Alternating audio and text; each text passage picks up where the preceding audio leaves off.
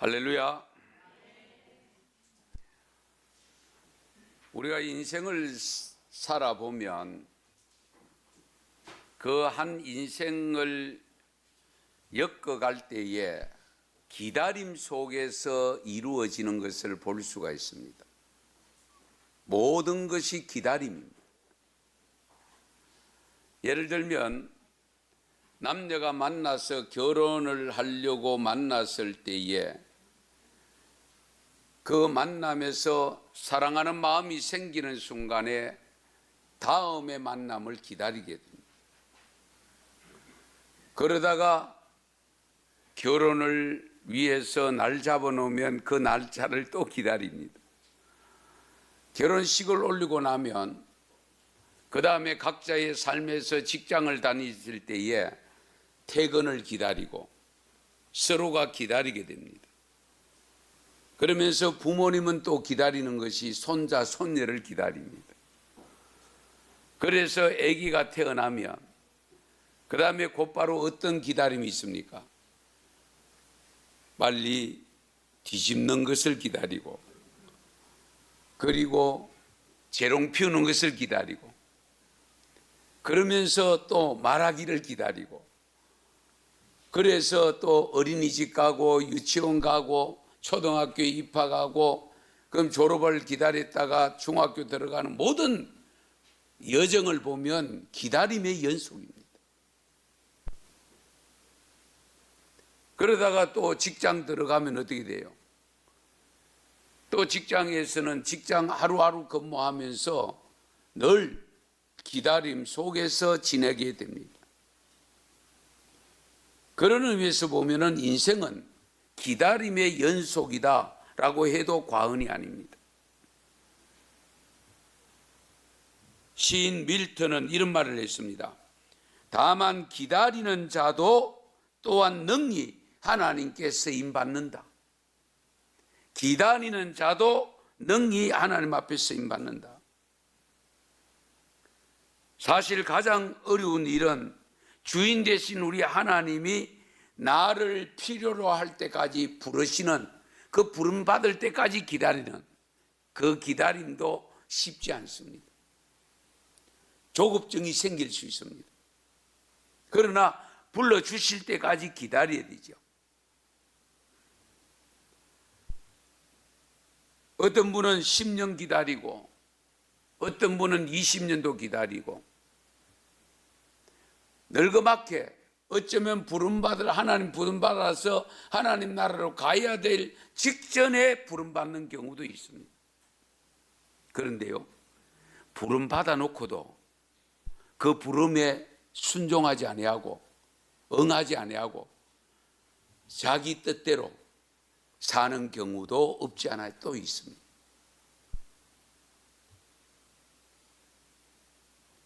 시편 130편 6절에 보면 파수꾼이 아침을 기다림보다 내 영혼이 주를 더 기다리나니 참으로 파수꾼이 아침을 기다림보다 더하도다. 여기 파수꾼은 경비병을 말합니다. 보초병을 말합니다. 보초병은 어쨌든 날새기를 기다립니다. 그런데 이 시편 기자는 주님을 기다리는데 그 보초병이 날이 새기를 기다리는 것보다 더 기다린다고 고백을 합니다. 이런 기다림으로 주님 앞에 가까이 다가가면 주님이 어떻게 하실까요? 기쁘게 반갑게 맞이하지 않겠어요? 지금 여러분들은 주로 지난 한 주간, 짧게 지난 한 주간 동안 무엇을 기다리며 살아오셨습니까? 지금 전 세계인들이 기다린 게 하나 있습니다. 뭐죠? 코로나가 빨리 종식되기를 기다리고 있습니다. 그래서 일상이 회복되기를 기다리고 있습니다. 그 기다림이 자그마치 2년이 지나가려고 합니다. 엄청난 기간 아닙니까? 그런데도 아직도 요원합니다.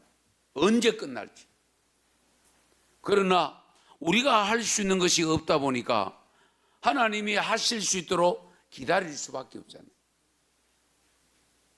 거역할 수 없습니다.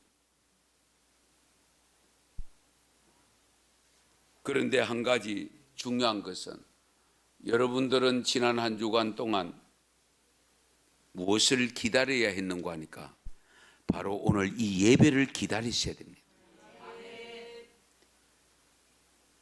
예배를 기다렸다가 드리는 사람하고 벌써 주일이가 하모 주일이가 그렇게 생각하고 예배에 참석하는 거하고는 천양지 차이가 있습니다. 여러분 스스로 경험해 보시기 바랍니다. 빨리 주일 안 되나? 빨리 예배 들어가야지. 빨리 교회 가야지. 빨리 성도들 만나야 되지. 이런 마음을 가지고 기다리는 따가 오는 분하고 그렇지 않는 분하고는 어떤 차이가 있을까요? 기다렸다가 오는 분은 즐겁습니다. 차를 타고 와도 즐겁고 걸어와도 즐겁고 힘들어도 즐겁습니다. 그런데 그런 기다림이 없는 분들은 즐거움이 혹 있기는 하겠지만 덜합니다.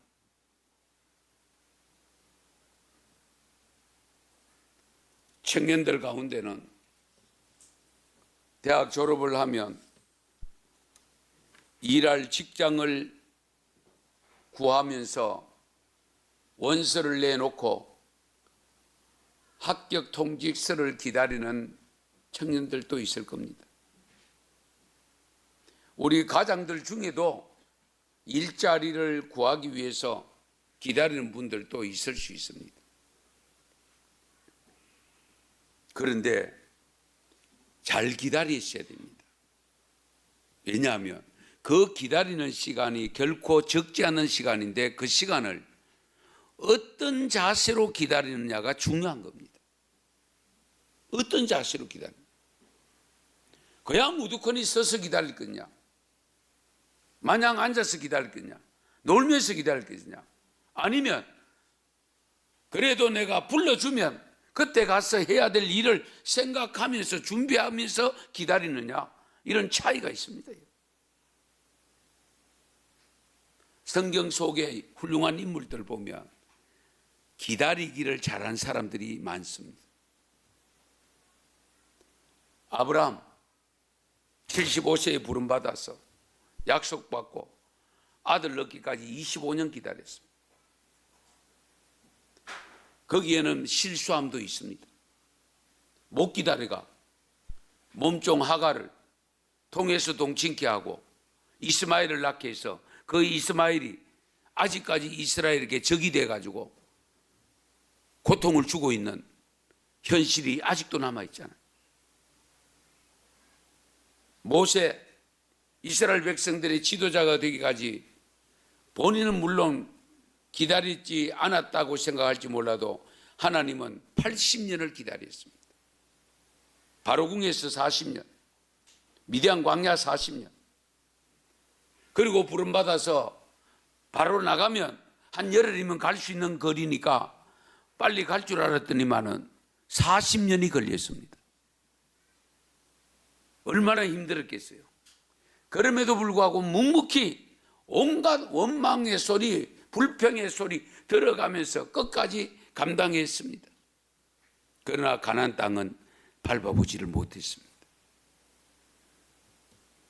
다윗 왕 같은 경우에는 온전한 왕권을 확립하기 전까지 사울 왕에게 미움을 받아가 쫓겨다니다가 아둘람 굴 속에 들어가서 빨리 지나가기를 기다린 적도 있잖아요.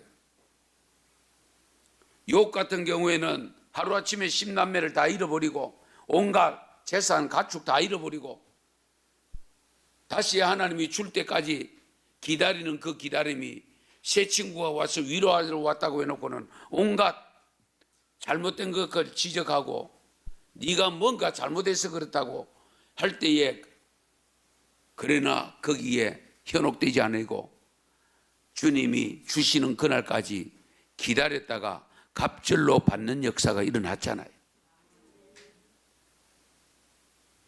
엘리사벳 사가라는 노년이 될 때까지 기다리고 그 후에 얻은 아들이 세례 요한입니다. 여러분 잘 아시는 대로 예수님의 아버지 요셉, 결혼하기로는 약속을 했지만은 아직 한 번도 동침한 적이 없는 그 마리아가 임신을 했다고 하는 소식을 들을 때에 청천벽력 같은 소리인데, 하나님께서 성령으로 잉태되었으니 그를 데려오기를 주저하지 말라. 그리고 데리고 와서는 그 아기가 태어날 때까지, 예수님이 탄생할 때까지 동침치 않는 기다림이 있었습니다. 위대한 기다림 아니겠습니까? 사랑하는 성도 여러분, 우리가 살아가는 삶 속에 정말 기다려야 될 것이 많이 있지만은, 그러나 구체적으로 복이 되는 기다림이 있는데요. 이사야서 30장 18절 말씀에 보시면 같이 읽겠습니다. 그러나 여호와께서 기다리시나니 이는 너희에게 은혜를 베풀려 하시며 일어나시리니 이는 너희를 긍휼히 여기려 하심이라. 대저 여호와는 정의의 하나님이십니다. 그를 기다리는 자마다 복이 있도다. 아멘.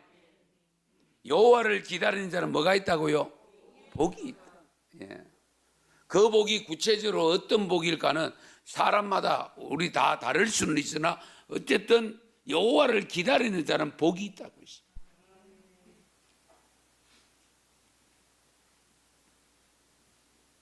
우리가 대림절을 맞아서 두 번째 주일을 맞았습니다. 지난 한 주간 지내왔습니다마는 우리는 다시 오실 주님을 기다리고 있습니다. 예수님 이전에 선지자들은 하나님께서 약속한, 이사야 선지자를 통해서 700년 전에 약속한 메시아를 기다리고 기다렸습니다. 우리는 2000년이 다 가도록 기다리고 있습니다. 그럼에도 불구하고 언제 오실지는 아직 정확하게 모르면서 기다리니까 쉽지는 않습니다. 마태복음, 마가복음 13장 32절에 보면은 분명히 예수님이 오신다고 약속을 하고 있습니다.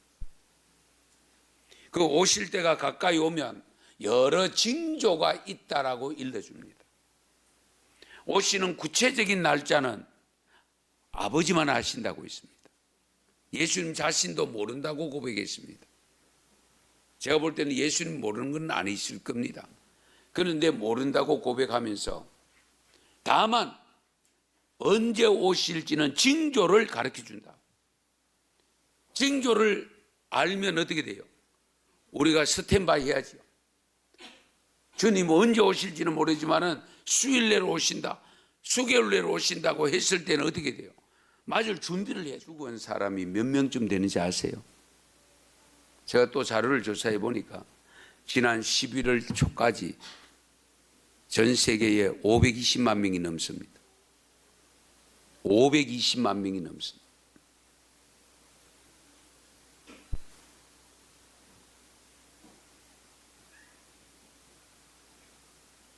이런 전염병은 갈수록 심해진다는 걸 여러분 기억하고 계셔야 됩니다. 없어지는 게 아닙니다. 코로나가 없어졌을 뿐이지 또 다른 전염병이 또 발생할 수 있다는 걸 우리 성경에서는 분명히 말씀하고 있습니다.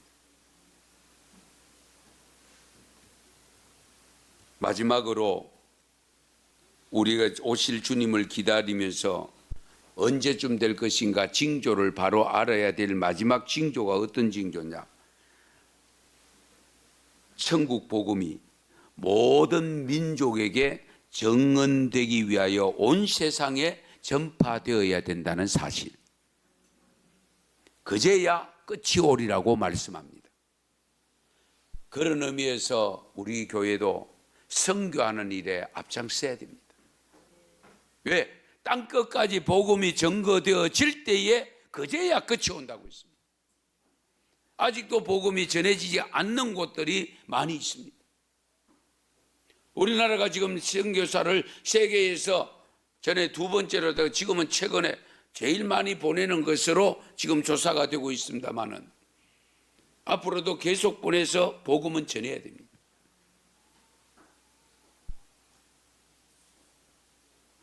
그런데 오늘 말씀을 종합해 보면 온 세상에 전파되리니 그제야 끝이 오리라 라고 했고요. 마태복음 24장 44절에 보면 이러므로 너희도 예비하고 있으라 생각지 않은 때에 인자가 오리라. 생각지도 않은 때에. 그리고 마가복음 13장 35절에 보면 그러므로 깨어 있으라 집주인이 언제 올는지 혹 저물 때일는지 밤중일는지 다굴 때인지 너희가 알지 못합니다. 그러면 우리가 어떻게 해야 될 것인가 하는 것을 가르쳐 주는 것이 오늘 본문 우리 중요한 내용인데요. 마지막 부분입니다. 여기 34절에서 36절 같이 한번 읽겠습니다. 같이 읽습니다. 너희는 스스로 조심하라. 그렇지 않으면 방탕함과 술 취함과 생활의 염려로 마음이 둔하여지고 뜻밖의 그날이 덕과 같이 너희에게 임하리라. 이날은 온 지구상에 거하는 모든 사람에게 임하리라. 이러므로 너희는 장차 올 이 모든 일을 능히 피하고 인자 앞에 서도록 항상 기도하며 깨어 있으라 하시니라. 아멘. 조심하는 겁니다. 조심. 불조심도 해야 되고 여러 가지 조심도 많이 해야 됩니다. 우리가 조심하기 위해서 지금 마스크를 끼고 다닙니다. 거리를 두고 있습니다. 그러나 더욱 조심해야 될 것은 방탕함에 빠지지 않도록, 술 취함에 빠지지 않도록, 세상 염려, 걱정, 불안 거기에 빠지지 않도록, 마음이 둔하여지지 않도록 조심해라.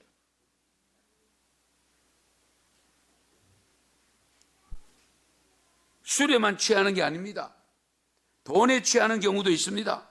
권력에 취하는 경우도 있고요. 지식에 취하는 경우도 있고요. 취미에 취하는 경우도 있고요. 쾌락에 취하는 경우도 있고요. 게임에 노름에 취하는 경우도 얼마든지 많습니다.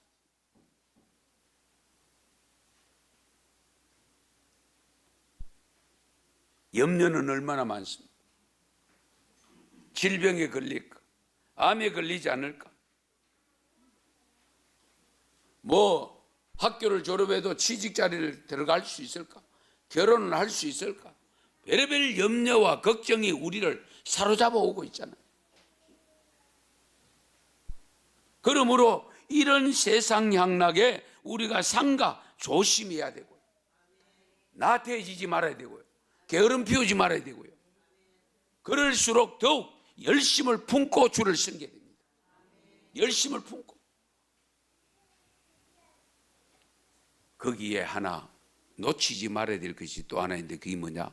항상 깨어 기도하라. 기도는 영혼의 뭡니까? 호흡. 호흡은 우리 정장로님 몇 분 안 하면 죽습니까? 8분. 아, 기네요. 나는 한 3분쯤 되는 줄 알아요. 8분 안 하면 죽는데요. 여러분은 8분이 아니라 80일도 기도 안 하는 경우가 있죠. 잘 생각하셔야 됩니다. 기도는 영혼의 호흡입니다. 내 영혼이 사느냐 죽느냐는 기도를 통해서 가늠한다니까요. 그러므로 우리가 기도는 아무리 바빠도 기도하는 것은 잊어버리면 안 되고요. 미루면 안 됩니다. 반드시 하십니다. 그래서 깨어 기도하라고 일러줍니다. 36절에 보면 이러므로 너희는 장차 올 모든 일을 능히 피하고 인자 앞에 서도록 항상 기도하여 깨어 있으라. 주님 앞에 서도록. 우리가 그렇잖아요. 어차피 그 길로 가잖아요. 전염병이 오든 전쟁이 오든 어떤 재난이 오든 난리가 오든 우리 육신은 한번 가는 건 정해져 있잖아요. 언제 가느냐가 중요하지만 그러나 궁극적으로 우리의 삶에서 영혼이 주님 앞에 서야 됩니다. 영혼이 주님 앞에 가야 됩니다. 그것 때문에 우리가 예수 믿고 있고, 그것 때문에 오늘도 예배를 드리고 있잖아요. 이걸 우리가 소홀히 여기면 안 됩니다. 천천히 믿지 뭐. 천천히 믿어보세요. 우리 주님이 역사적 종말은 안 와도 개인적 종말을 언제 보내실지 몰라요. 그렇잖아요. 개인적 종말을 언제 올지 몰라요. 그렇기 때문에 우리가 시험에 들지 않게 깨어 기도하는 삶을 살아야 됩니다. 데살로니가전서 5장 5절에서 6절의 말씀입니다. 같이 읽습니다. 너희는 다 빛의 아들이요 낮의 아들이라. 우리가 밤이나 어둠에 속하지 아니하나니 그러므로 우리는 다른 이들과 같이 자지 말고 오직 깨어 정신을 차릴지라. 아멘. 오직 깨어 정신을 차리라. 기도하라는 겁니다. 그 왜 그렇게 해야 되느냐? 이유를 데살로니가전서 5장 2절에서 3절에서 밝힙니다. 같이 읽습니다. 주의 날이 밤에 도둑같이 이럴 줄을 너희 자신이 자세히 알기 때문이라. 그들이 평안하다 안전하다 할 그때에 임신한 여자에게 해산의 고통이 이름과 같이 멸망이 갑자기 그들에게 이르리니 결코 피하지 못하리라. 아멘. 성도 여러분, 잘 들으세요. 제가 담임 목사가 특별 새벽 기도 저도 안 하면 저도 편해요. 그러나 제게 하나님이 주신 사명이 뭐냐? 여러분들을 훈련 잘 시켜서 영혼이 죽지 않는 길로, 영혼이 사는 길로 주님 앞에 서도록 훈련시키라고 세운 줄 믿습니다.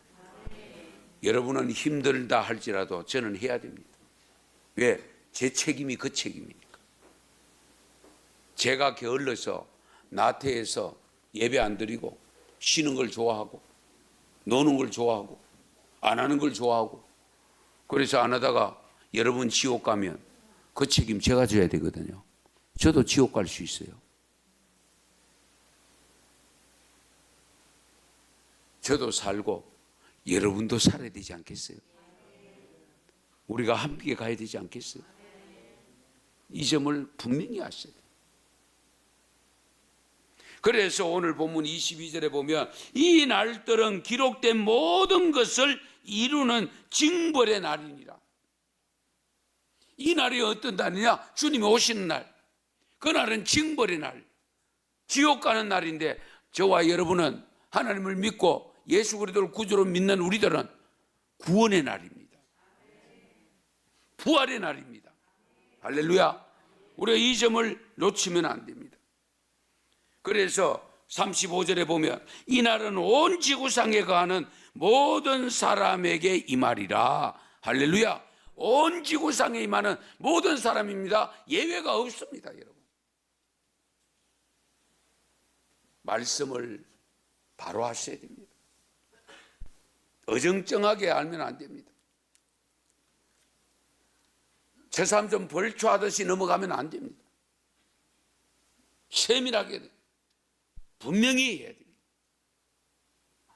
그러므로 우리가 정신을 차리고 시대를 분별할 수 있는 지혜를 갖고 깨어 기도하며 언제 오시든지 상관하지 아니하고 주님 앞에 들림받을 수 있는 믿음에 준비된 자로 살아가시기를 축원합니다. 축복합니다. 기도드리겠습니다. 하나님 고맙습니다. 감사합니다. 오늘도 저희들을 부르시고 예배드리게 하심을 감사합니다. 우리가 찬양을 드리고 헌금을 드리고 몸과 마음을 드릴 때에 하나님께서 주시는 주의 종을 통해 주시는 말씀을 들었습니다. 들은 말씀 깨달은 대로 순종할 수 있도록 도와주시옵소서. 종말의 징조를 분명히 알아 항상 준비된 삶이 될 수 있도록 도와주시옵소서. 예수님의 이름으로 기도드리옵나이다.